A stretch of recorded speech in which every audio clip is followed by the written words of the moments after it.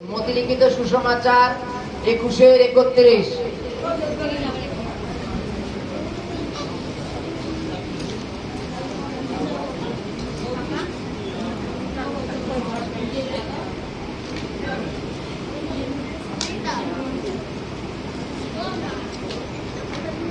সুসমাচার 21-31। Hallelujah.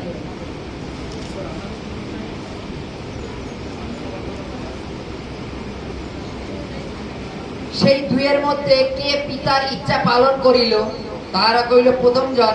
যিশু তাহাদিগকে কইলেন, আমি তোমাদেরকে সত্য কইতেছি, করগ্রাহী ও বেশ্যারা তোমাদের অগ্রে ঈশ্বর রাজ্যে প্রবেশ করিবে। কেননা জন ধার্মিকতার পথ দিয়া তোমাদের নিকট আসিলেন, আর তোমরা তাহাকে বিশ্বাস করিলে না। কিন্তু করগ্রাহী ও বেশ্যারা তাহাকে বিশ্বাস করিল, আর তোমরা তাহা দেখিয়া শেষেও এইরূপ অনুশোচনা করিলে না যে তাহাদের বিশ্বাস করিবে। Hallelujah, hallelujah. এখানে একটা ঘটনা লেখা আছে।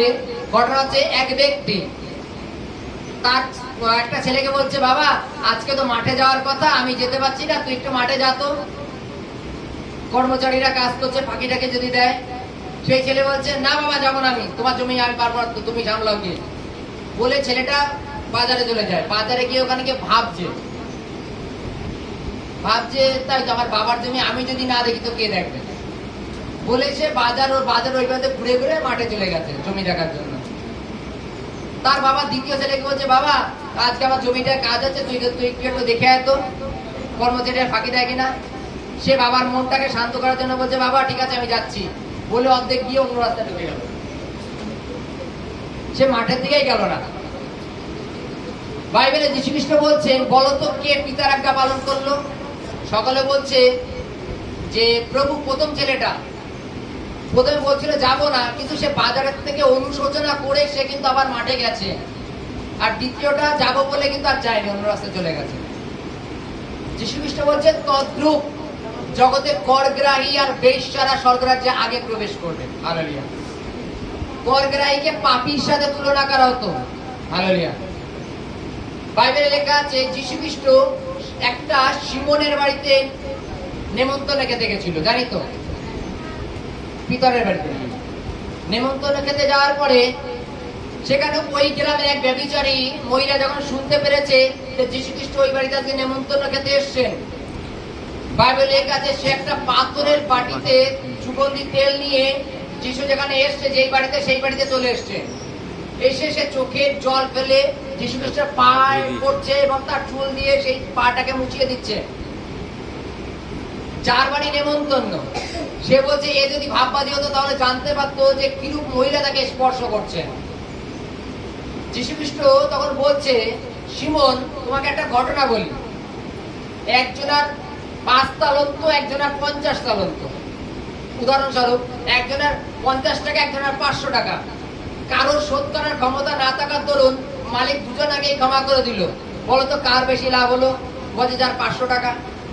বলছে তদ্রূপ ভেবে দেখো, তদ্রূপ ভেবে দেখো, আজকে তুমি আমাকে নেমন্তন্ন করছো, তোমার বাড়ি এসছি, তুমি আমাকে আতিথ্যের জন্য কি করেছো? পুরাতন নিয়মে আতিথ্যের জন্য এইরূপ নিয়ম ছিল যে কেউ যদি বাড়িতে আসে, প্রথম তাকে পা ধুয়ে দিতে হতো, পা মুছিয়ে দিতে হতো।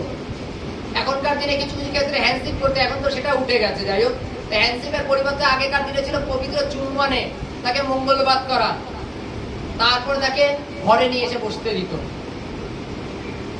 বলছে তুমি আমাকে নেমন্তন্ন করেছো, তুমি আমার উপরে কোন কাজটা করেছো? কিন্তু এই মহিলাকে দেখো, যখন থেকে আসছে সে তার চোখের জলে পা ধুয়ে দিয়েছে, তার চুল দিয়ে পা মুছিয়ে দিয়েছে এবং সে আমার পাটাকে চুম্বন করছে। তুমি করগ্রাহী পাপী, এ ব্যভিচারী স্ত্রী, দুজনাই পাপী। এইবার বলো কার পাপ আমি ক্ষমা করবো? তুমি আমাকে নেমন্তন্ন করে খাওয়াচ্ছ, মনে করো না যে তোমার সব শোধবাদ হয়ে গেছে, তোমার পাপ আমি গণনা করব না। যে অনুতাপ করে, সেই ব্যভিচারী মহিলা যখন যীশু খ্রিস্টের পায়ের সামনে এসে দাঁড়িয়ে কাঁদছে, চোখের জল পড়ছে, সেই চোখের জল কেন পড়ে? চোখের জল কেন পড়ে? যখন কেউ অনুতাপী হয় তখন। হালেলুয়া। যীশু খ্রিস্টের পায়ের সামনে এসে দাঁড়িয়ে যখন সেই মহিলা ভাবছে যে উদ্ধারের জন্য আমি আর কোথায় দৌড়াবো? ইনি শুনেছি যে উদ্ধারকর্তা, ইনি পাপ ক্ষমা করতে পারেন, ইনি যদি চান তাহলে আমাকে যেন ক্ষমা করেন। আমি জগতে এত পয়সা ইনকাম করছি কোন কাজে লাগার জন্য, যদি আমি সরকারে যেয়ে না পৌঁছাতে পারলাম? তাই ইনি কি আমার পাপ ক্ষমা করবেন? আমি কি সেই যোগ্য ক্ষমা করার মতো? তিনি যখন এই কথাটা মনে অনুতাপ করছেন তখন তার চোখ দিয়ে অবিরত জল পড়ছে। আজকে আমাদের প্রত্যেকের চোখে জল কখন আসে? যখন আমরা অনুতাপী হই তখন। অনুতাপী না হলে চোখে জল আসে? হালেলুয়া।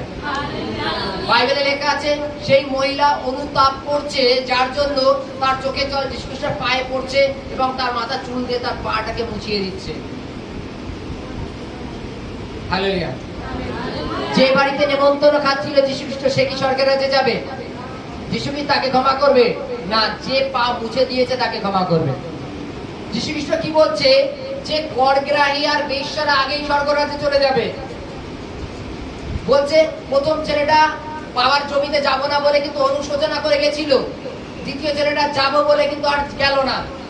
আজকে তদানুসারে যারা মন্দতার চলে তারা বলছে না আমি ধার্মিকতার পথ চলবো না বলে তারা মন্দতায় চলে যায়, কিন্তু কোনো এক সময় তারা অনুশোচনা করে যে মন্দতার পথে চলে তো আমরা নরকে চলে যাব, তার থেকে ধার্মিকতার পথ চললে কেমন হয়?